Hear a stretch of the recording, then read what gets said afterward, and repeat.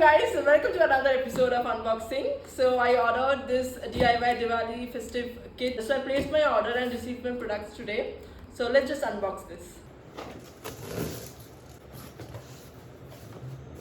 Received some flowers, 5 garlands received. Next item is the chupla.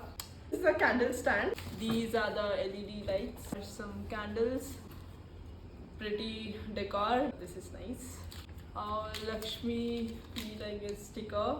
So we received this Lakshmi ji and Ganesh idols, 10 candle lights, Pancha Deepam oil, floater, and with a pretty lavender float. Here are some like other decor items. You can see Rangoli stencils, one big, two small. Rangoli colors, Rangoli dispenser bottles. So 8 diyas. This is the one to put on this chalky, and look. So here's a sky lantern, the camphor.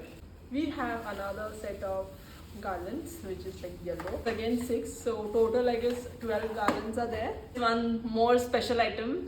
So this is the setup that I got along with this. So I spent only rupees 4899 on all these products.